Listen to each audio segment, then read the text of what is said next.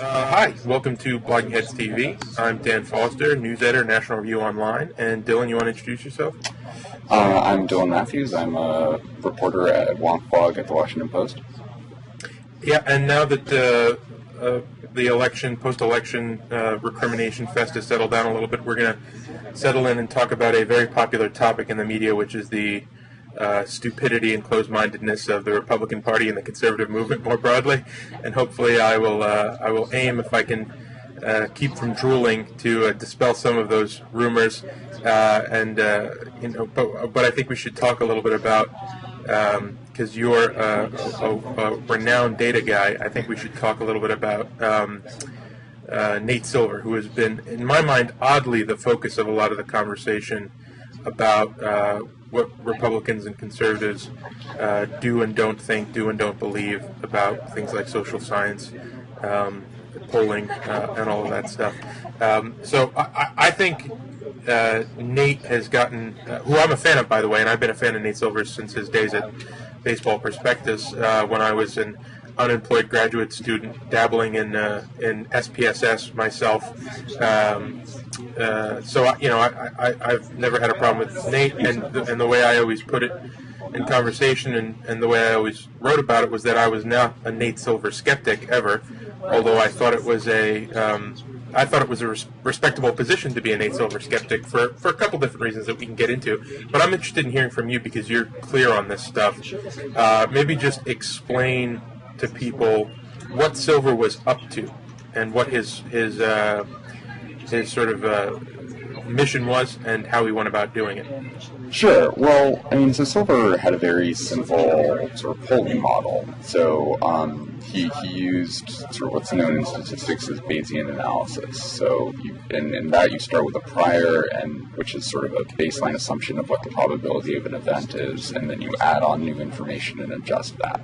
And so he used as prior sort of previous election results, what the demographics of various states looked like, things like that, and then added in polls and weighted them according to sort of the reliability of the pollsters involved in previous election cycles, according to how recent the polls were. More recent polls were obviously weighted more than further away polls, and so on and so forth. So it's not, and this is sort of a point that oddly got brought up as a critique of him, that it's basically polling aggregation, that it's more sophisticated than a simple average, but it's ultimately whether or not he's right depends on whether or not the polls are right.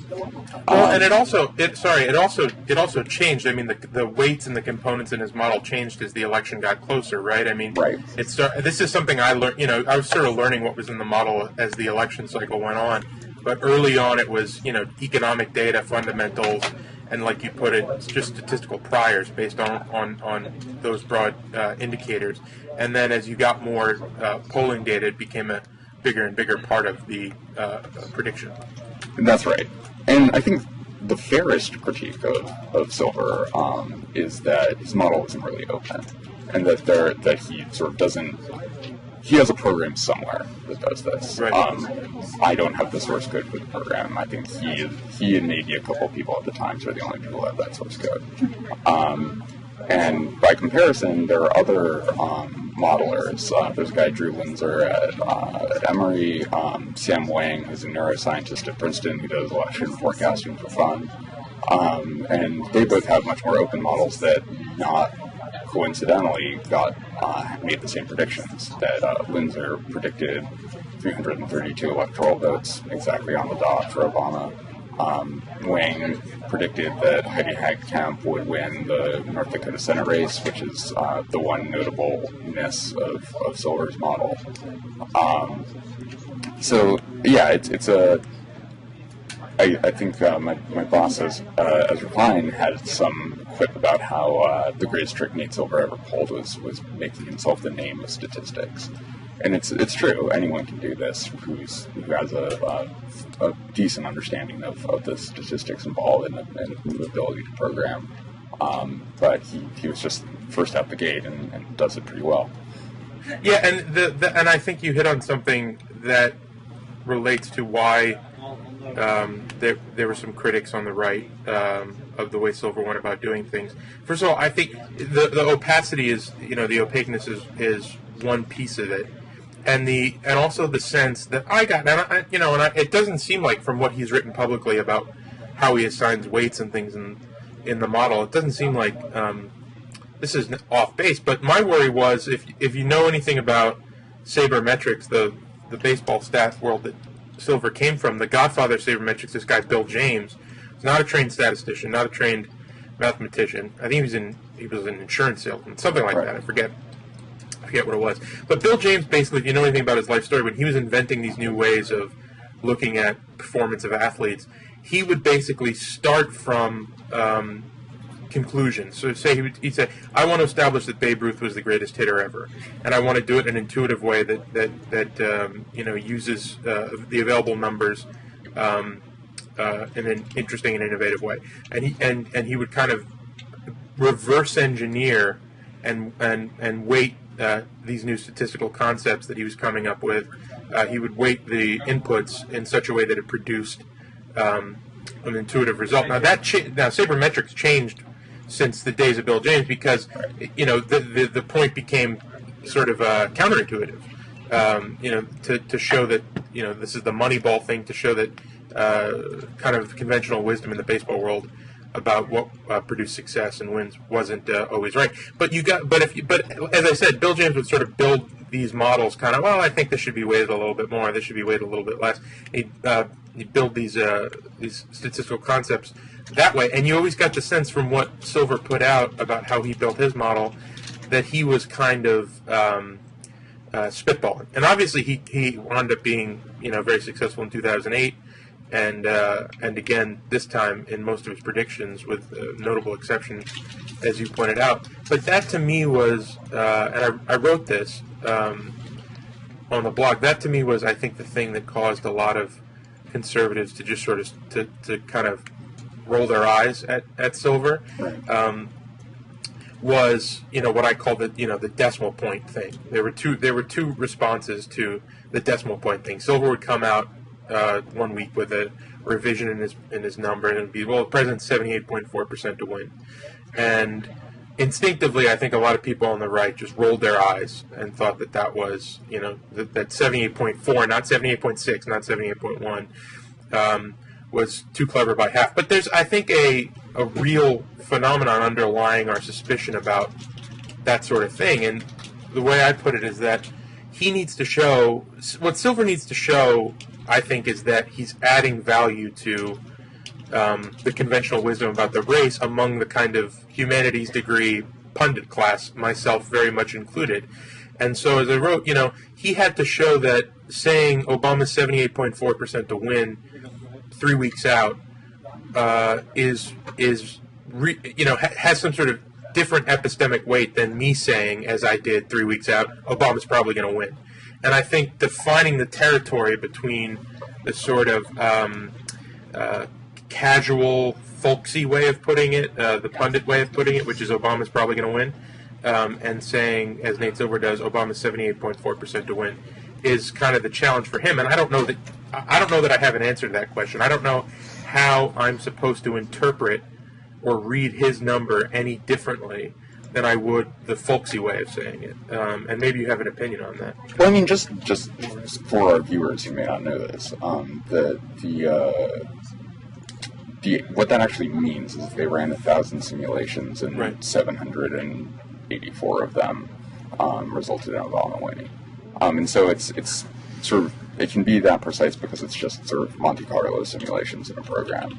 Right, you spray a bunch of iterations at a normal distribution, and you count how many fit under it, right? Right. Yeah. I think that number gets too much attention since it's obviously important, but he also made point estimates. He had estimates of what the Electoral College vote was going to be, and he, much like Wang did, much like Linzer did.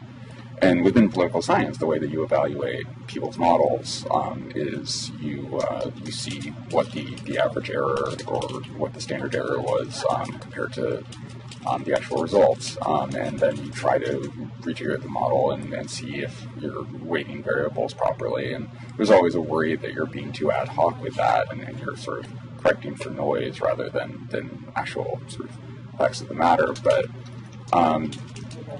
I guess it doesn't concern me that much, just because his point estimate was right, because the polls were basically right. His popular vote estimate wasn't too far off. Wang nailed the popular vote margin exactly, which is pretty impressive. Yeah, I mean, I guess that number is it might be misleading to put it as a headline figure, and it's certainly frequently misunderstood. I guess I just don't. I guess I just don't have the same intuitive repulsion to that decimal place. That I wish these point estimates got more attention. The percent to win sort of is obviously the number that people care about most viscerally. And so it's most ready for critique, but I don't know. I guess that's the thing. As a person who's kind of interested in this academically, from a philosophy of social science point of view, and just from I'm a reformed philosophy major, so I'm just interested in how to actually, and I'm interested in how we actually parse a statement like there's a 78.4% chance that Obama will win the presidency, because I think a lot of the naive way to read it, there's many naive ways to read it. One of them is Obama's going to win 78.4% of the vote, and I think a surprising number of people, even if they wouldn't articulate it that way, didn't get much farther than that on reading that number. And I know you said this is not, the 78.4 is not the important number and you didn't want to dwell on it, but I think it's interesting because it was the center of a lot of the debate about what he was up to. And so that's one way to read it. As you know, you said, he ran 1,000 simulations, 784 of them turned out with Obama winning. But of course, in the event, it's a binary outcome. He either will or won't. There's no headline that says 78.4% of Obamas in the multiverse were reelected yesterday. So I think there's a problem with intuition about how to read it, and also I think that how to read that number. And I wrote about this too, and I'm not really, I'm certainly not qualified to comment with any authority on scientific methodology, but the breakdown between the model guys and the old school fundamentals kind of prognosticators, Larry Sabato and others, who made predictions based on, well, this is where the economy is and this is what I think the electorate is going to look like, and brought history into it. That reflects a kind of schism about both the way to go about making social scientific predictions and the goal of those predictions. And on the one hand, the modeling guys, like you said, there's this sense that it's ad hoc, that they're just tweaking two sides of an equation to get a rough approximation of reality, which is obviously very valuable because you get a prediction out of it. But the other side of it, things like looking at electoral history, looking at the composition, and by the way, this is in every sense of the word academic, because Silver was right, and a lot of the guys who looked at fundamentals didn't make the right call on the election. So it's academic in that sense, but it's still an interesting distinction. But people who looked at, well, this is what we think the electorate's going to look like, this is what voter enthusiasm is going to look like, here's where the independents are breaking down in the polls, here's how previous elections. There's much more sort of intuitive historical way of looking at things, whereas where the goal of that was sort of understanding the dynamics of an election, understanding how the electorate was going to be composed, rather than essentially relying on the collective assumptions of all the pollsters that make up your raw data in terms of partisan identification, all that stuff. Well, was another way of doing it. I think you make a good point in that there is a real divide in what they're trying to do. So, like, I think what Nate Silver wants to do is predict the election correctly. Like, the same way that sabermetrics is supposed to predict season records correctly. That it's not trying to explain why Babe Ruth was such a good hitter, or why, other than steroids, Mark McGwire was so good at hitting homers. The goal was just sort of to get the numbers right. Whereas sort of fundamentals-based stuff, and I actually think the divide is less stark than you paint it as, that people talking about sort of what the layout of the election market can look like were not just people like Ron Brownstein, though he obviously gets a lot of credit, like Rui Teixeira, who's a political scientist, whose name I probably just butchered, and was talking about how sort of the emerging Latino vote was going to be definitive for this election well ahead of time, and he obviously has a stake in it because he's at CAP, but I think he's taken seriously by modeling people, and I mean certainly I take that view seriously, and there's a lot of convergence.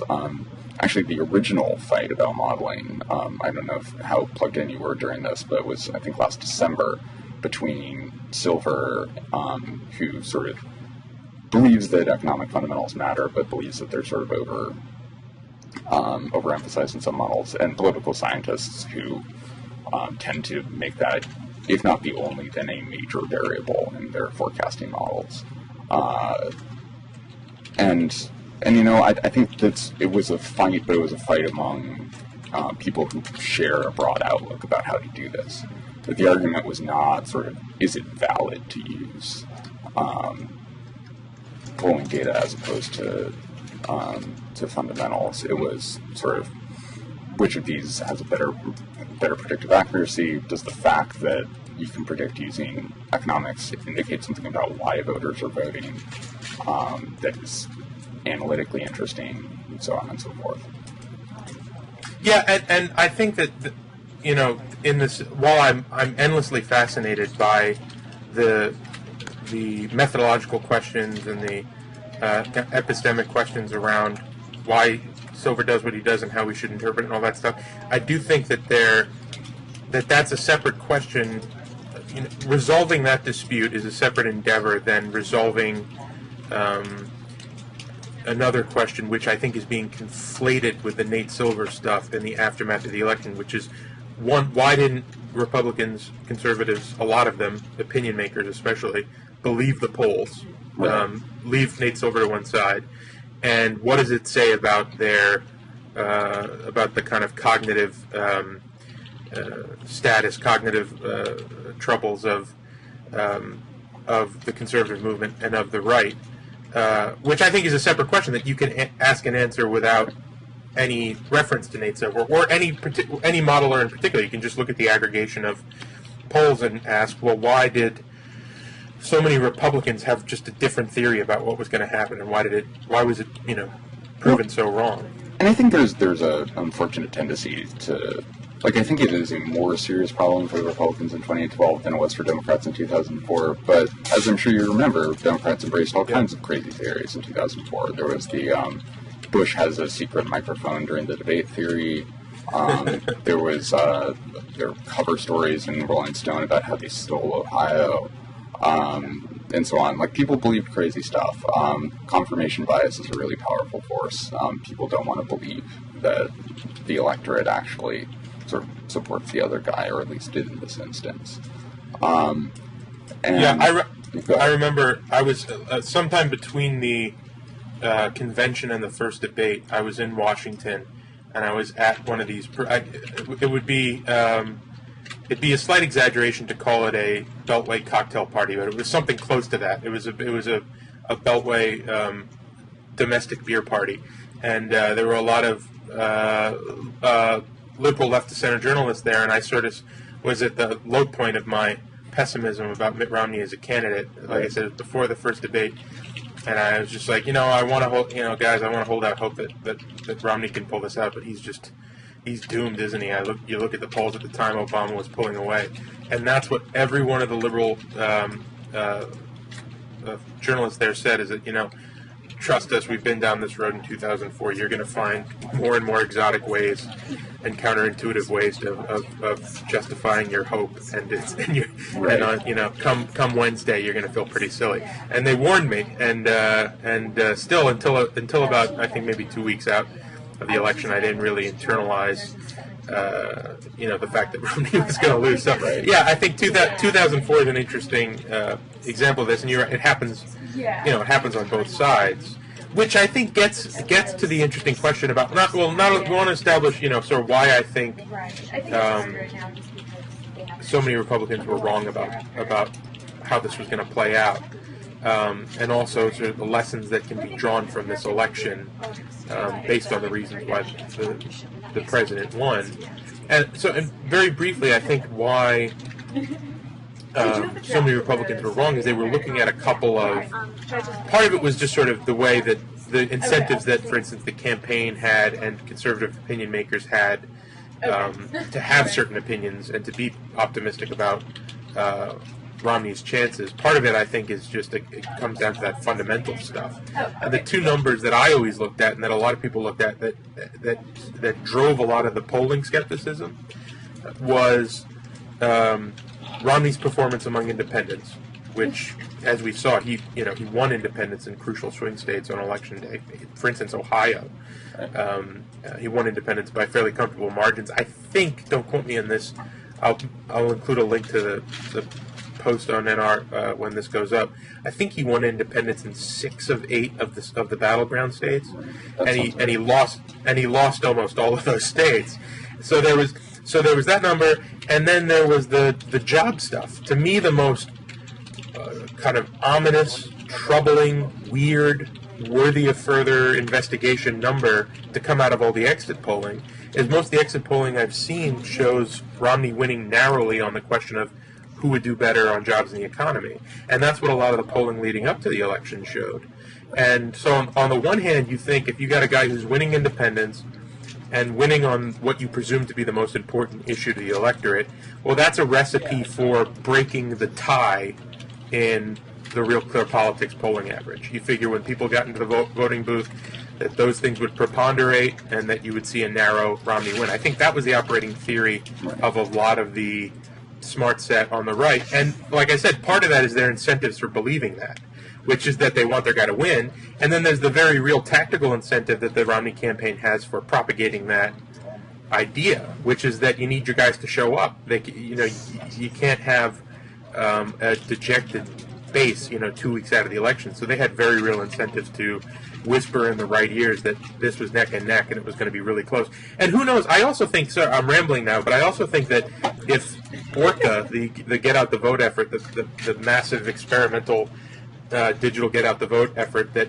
crashed and burned horrifically for the Romney campaign, if that had worked and we were really looking at like a 49-48 popular vote split, or 49.5, 48 and 3/4, something like that, split, and the popular vote were a little closer, I really think the tenor of the recriminations in the post-game analysis would be a little bit different. I think there was no way structurally for Romney to have won this election in the last couple of weeks, but in hindsight. But I think if the popular vote were a lot closer, and let's say Florida goes the other way as everyone expected it to, or as a lot of people expected it to, including the Obama campaign, that the tenor of this would be different. But anyway, back to the stuff about why conservatives thought this was going to be a close race in our favor. Well, go ahead. I think some of these are just sort of misunderstandings of the data. Like, I think that there's been hugely irresponsible reporting by mainstream organizations about who independents are. That there's sort of a perception, if you watch the cable news networks or even if you read some newspapers, not the Washington Post, of course, but other ones, where you get the sense that independents are swing voters, that they're centrists who can be courted by both parties. That's really not true. Most independents are just partisans who prefer not to say that they're partisans. My brother is a registered independent. He has never voted for a Republican in his life. And I think there's a book on this called The Independent Voter that tries to break down the numbers. And I think the best estimate is that there they're 10% of the electorate is like actually independent in the sense of being undecided, and it's usually not that they're centrists; it's that they hold weird views, right? And often irreconcilable views. Exactly, or that they just don't care about politics. It's just like not a thing that interests them particularly, and so I think there was a bit of a misreading of that data, which is not so much conservatives' fault as the fault of sort of the kind of coverage that you were getting on the subject. As to the economic stuff, I think there's actually been a big misunderstanding of trends on that, in that my understanding from the best sort of poli-sci models is that if the economy is growing at all, and you're an incumbent, you'll probably get reelected. Right. That the bar is very low there. And so everything that everyone was saying about how the economy is miserable right now was totally correct. But it was not miserable enough for that to be a problem. Right, I think that's true, but that comes back to the split between understanding the kind of the macro outcome and doing mass psychology right. of the voting booth, right? I mean, so on the one hand, you're absolutely right, and I think Ezra had you guys put together that. I don't know if you were involved in that process. I assume you were, but the model that you guys put together that used just economic indicators and relatively simple ones, right, predicted that Obama would win fairly handily a year ago. And that certainly wasn't, I think, the view of the pundit class at large. No, and well, you know, we can pat ourselves on the back for that, but that's really sort of the consensus within the profession.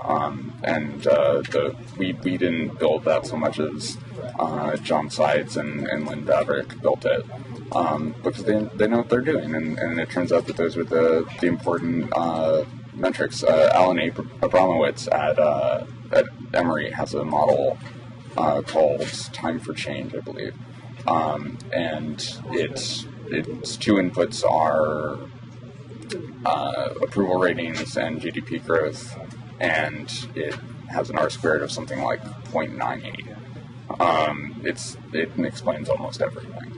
R squared is a measure of how much given inputs, how much of an outcome given inputs predict, right? Exactly. So 98% is explained by those two inputs. And like 2% is meaningful in close selection. Yeah.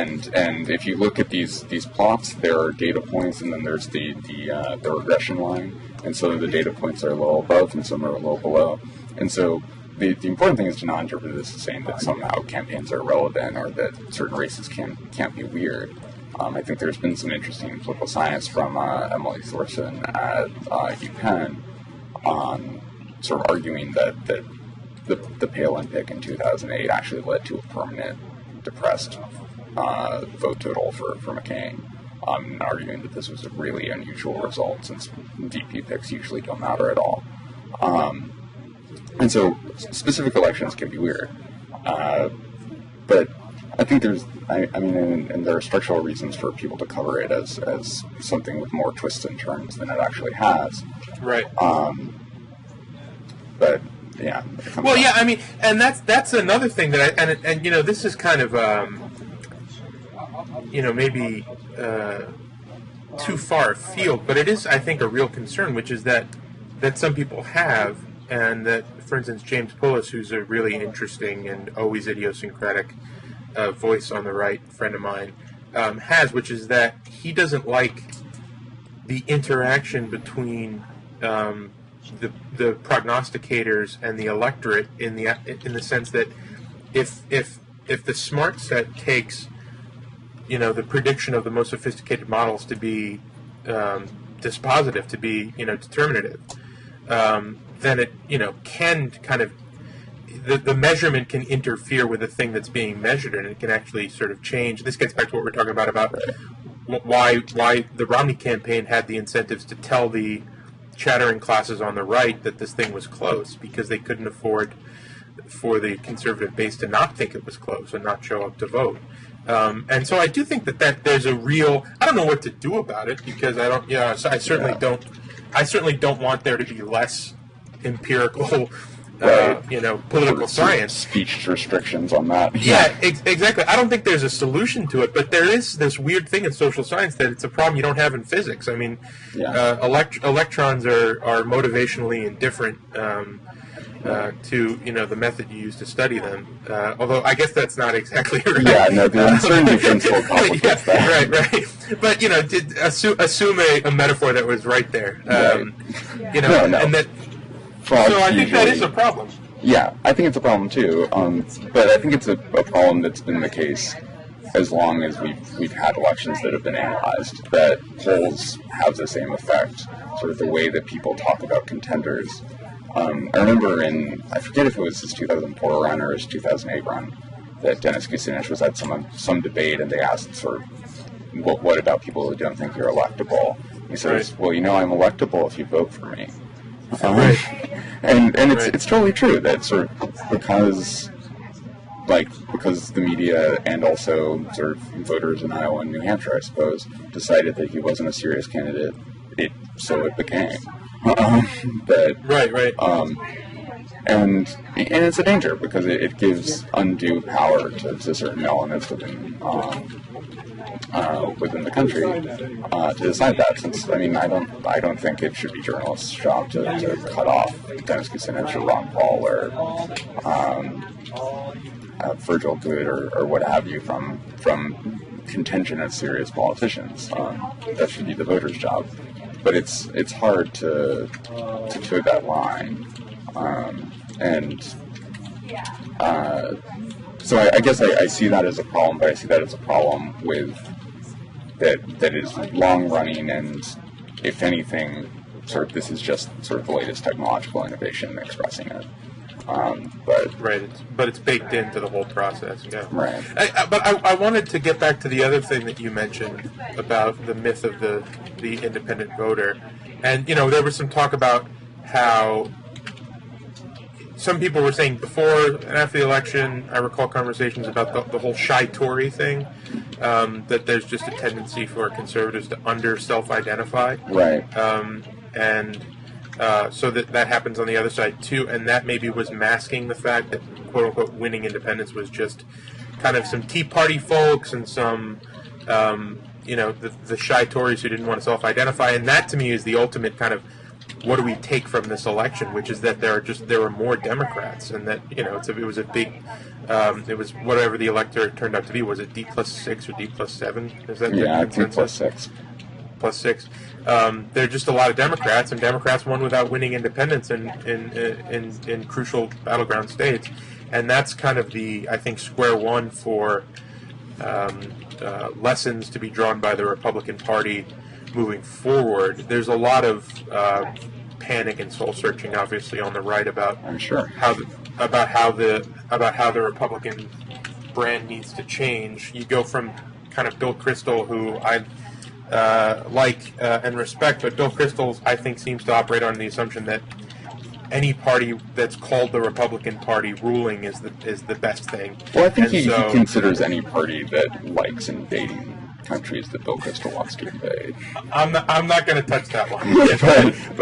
but I will say that I just spoke about this in another thing this morning, that he was on Fox, I think, yesterday, saying, well, the Republicans should give Obama what he wants on tax structure. Basically, accept Obama's deal about raising taxes on millionaires, wherever you want to set that line. Ask Schumer, it's one thing. Ask Obama, it's another thing. But wherever you want to set that line, should give him that deal. And it's not the end of the world, and it's not the thing that the hill that Republicans should fight and die on.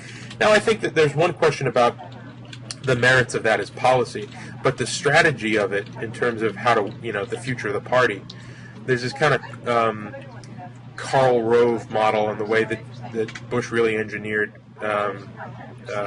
his two victories.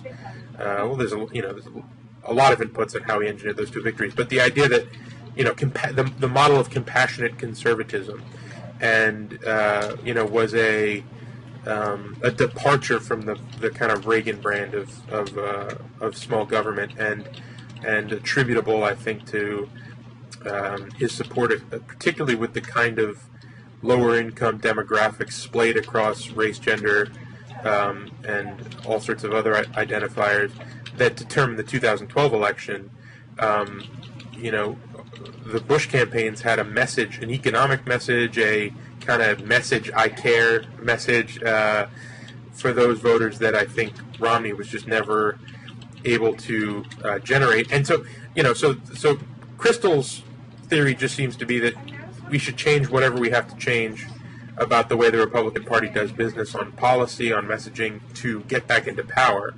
And then on the other extreme, you know, there are people who think that the problem was that Romney wasn't conservative enough, Right. And that you know, he was a squish and he was just a weak candidate, and that, you know, double down. And I'm sure that the truth, you know, has to be somewhere in the middle. But, you know, I think in staying with the sort of lessons of the exit polling, I think there's a danger of over-reading the Republican Party's demographic problems. I think long term, absolutely, the racially polarized voting, I think, is a problem for both parties. Honestly, I think there's too much. There's too much fail going around to blame on one party. I think it's a dangerous thing to reinforce, and I think both sides should be very, very careful about the way they talk about their constituencies and their and this is just a minefield. But I think in the short term, it's not, and by that I mean next election, it's not something that I think Republicans should be doom and gloomy about. For instance, if all Romney did was win as much of the black vote as Bush did, something like I think Bush won 18% or so of the black vote in 2004. Yeah, I think if all he did was that, it would have been a much closer election. Bush won 44% of Hispanics, in the near past. So I don't think this stuff. Go ahead. Oh, and part of that is that the composition, and again, this is dicey, but sort of the growth in the Hispanic population is primarily sort of Mexican American immigrants, which is a very different. We lump everyone together sort of lazily, but that's a very different group than Cuban Americans. It's a very different group than white Latin Americans who immigrated here. Several generations ago. Right, exactly. And that has political implications. I mean, I think it's easy to overlearn lessons of a given election. One thing I've been thinking about a lot is how after 2004, as I'm sure you remember, there was Thomas Frank's book, What's the Matter with Kansas? And there was a lot of hand-wringing on the left about not whether to throw gays and women under the bus, but whether to sort of be more willing to compromise on gay rights and reproductive rights and stuff like that, so as to sort of strengthen their economic message. And then last Tuesday, you had an election where sort of all gay marriage ballot initiatives won. Women seemed to turn out in greater force and in more democratic numbers based on sort of a campaign that was heavily focused on sort of birth control and abortion issues. That all of a sudden these things were strengths for the Democrats. And so it can change on a dime. And my view is basically it's baked in the GDP numbers. You do what you can do on the margins. But if you have a solid enough coalition, and I'm still not convinced that the Republicans don't have a solid enough coalition to win elections going forward, just sort of in base, the most you can do is sort of cross your fingers. I don't want to embrace that much economic determinism, but I think you're right in the main. Going back to what we talked about before, but yeah, I think the thing that excites me, I think, is a potential opportunity, is that if you take as a given that there's a few big things that aren't kind of the sort of things that you can write into policy platforms. There's a few big things that determine the ruling coalition in Washington. Then you try and win on those few big things, but it opens up, obviously the Republican Party package and the Democratic Party package comes with a lot more than just, the thing that turned out to be dispositive on the election. So you bring that baggage with you, and so it opens it. So the thing that excites me about the loss is that from a small government conservative point of view, is that it does open up this panic to pander, and this panic to revamp the message and try and the people who are on Wednesday morning were ready to go to see Jeb Bush and Marco Rubio give a seminar on immigration policy. You have the opportunity to kind of accidentally or incidentally get the policy right. So people are, on the right are rushing to try and figure out how to win. And every once in a while, incidental to that will be getting the right policy. And so I think, while I don't think the Republican Party signing on to comprehensive immigration reform will make it a lock to win in 2016, I think that our immigration policy and the whole way we have the conversation is messed up. And so I'd be hopeful if there were some changes to the way the Republican Party looks at it. I mean, the problem with immigration reform is we'll see if this is true again this time, but it's kind of the last 20 or 30 years, both parties have taken turns blocking comprehensive immigration reform. Right.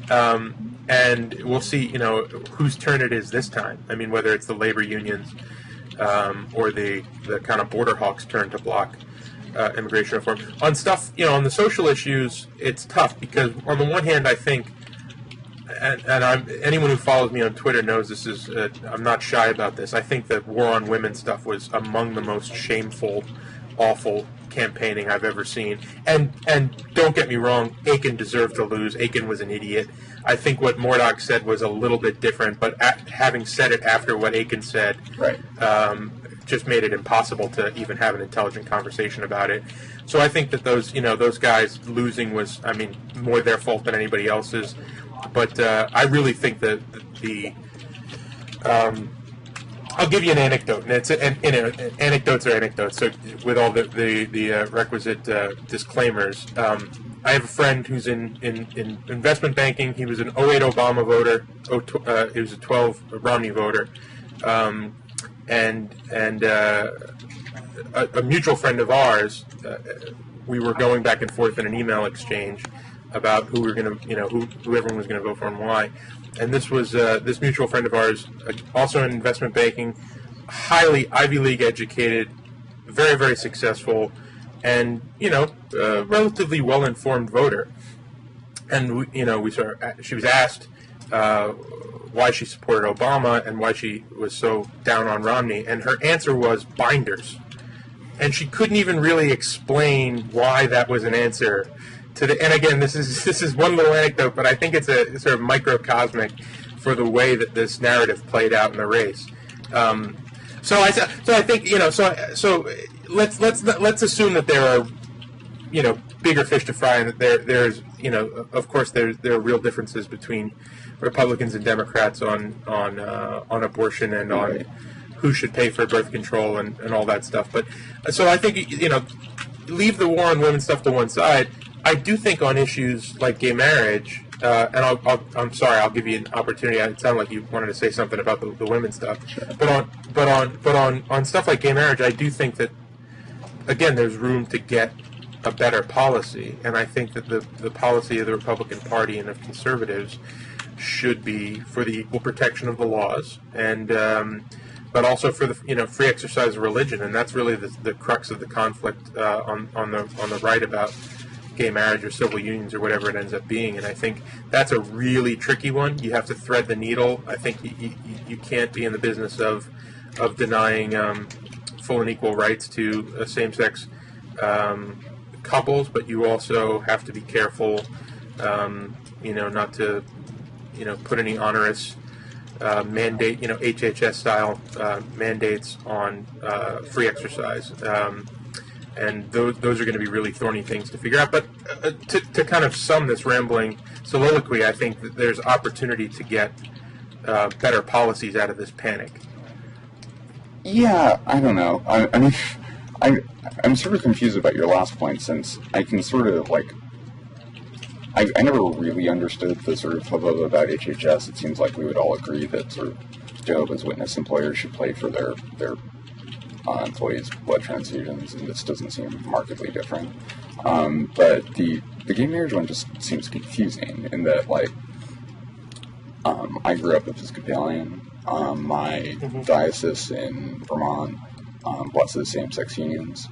You could argue that it is an infringement on religious liberty to not have the state have the same legal consequence at the end of those unions as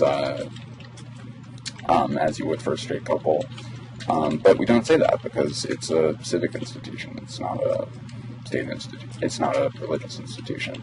Unless you're talking about things like the sort of, it's going to be in the textbooks, and my children are going to know that gay people exist. Which no. What I actually had in mind is this case, I think, in New Mexico of the wedding photographers.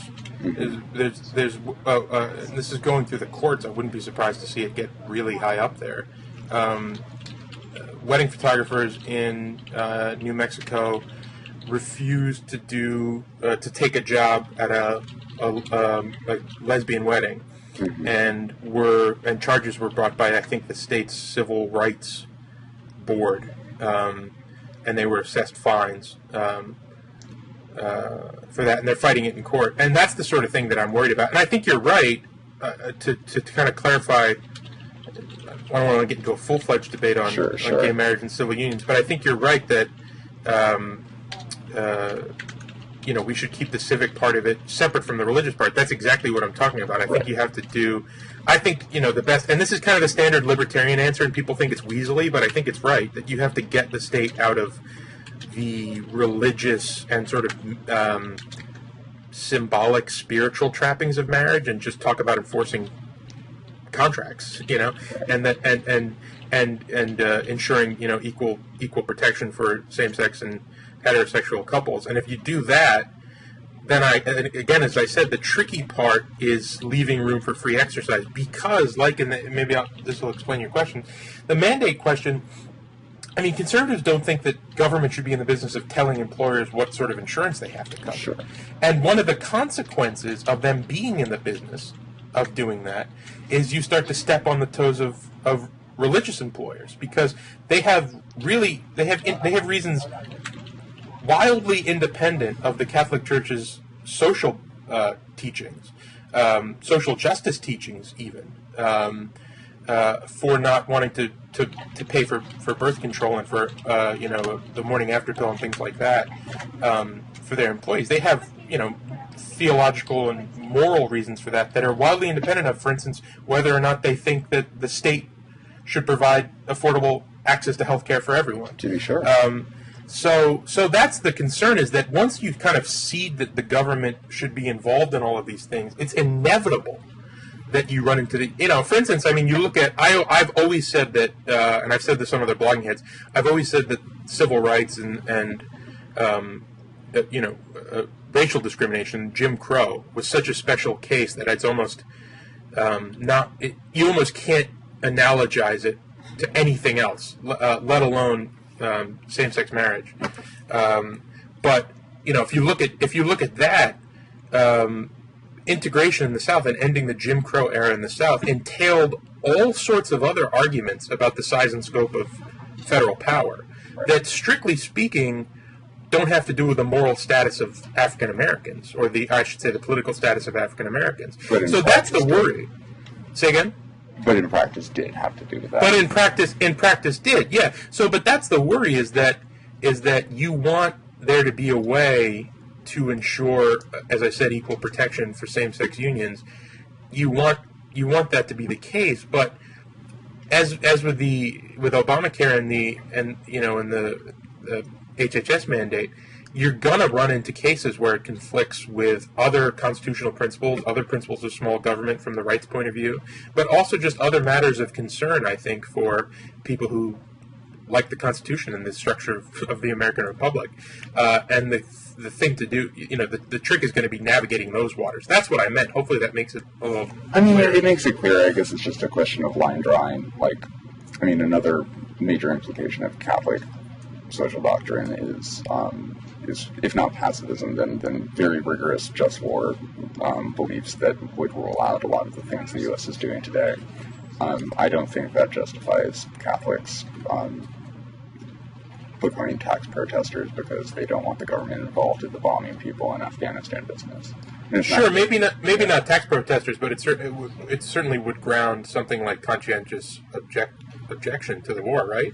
It would probably do that. I mean, I guess we don't want to get into this too much, but I guess right. I don't see the employer mandate as markedly different from sort of the mandate that people pay taxes that go to Medicaid, that goes to birth control. The fact that one of them takes the form of the mandate and one of them takes the form of the tax seems morally arbitrary. Because money is fungible. I think a surprising amount of disagreements really wind up being about whether the fungibility of money is morally significant. Yeah. I bet you could write an interesting dissertation about that. You probably could. Could. But I mean, so do you? I guess we should kind of wrap this up by saying, when you look, because I'm coming at it obviously from the partisan right. When you look at the lame duck and the next couple of years, the next 4 years, you said we shouldn't overlearn. We should, and also so many unknown unknowns. We really can't predict what the next 4 years is going to look like. But how do you think this on net affects the kind of policy window in Washington? How do you think it shifts things? What do you think it makes more likely, less likely, that sort of thing? What do you expect? Well, what I hope happens is, so one thing that I think is going to happen in the next 4 years is that once the insurance premiums from the Affordable Care Act take effect, very quickly, sort of insurance subsidies and the structure of the Affordable Care Act will become sort of an essential, untouchable thing like Medicare or Social Security. You can amend it, you can maybe cut it, but it's sort of agreed that this is a thing that the federal government should be doing. And what I hope happens is that we get more interesting ideas, and it becomes more about how do you provide these promises to people.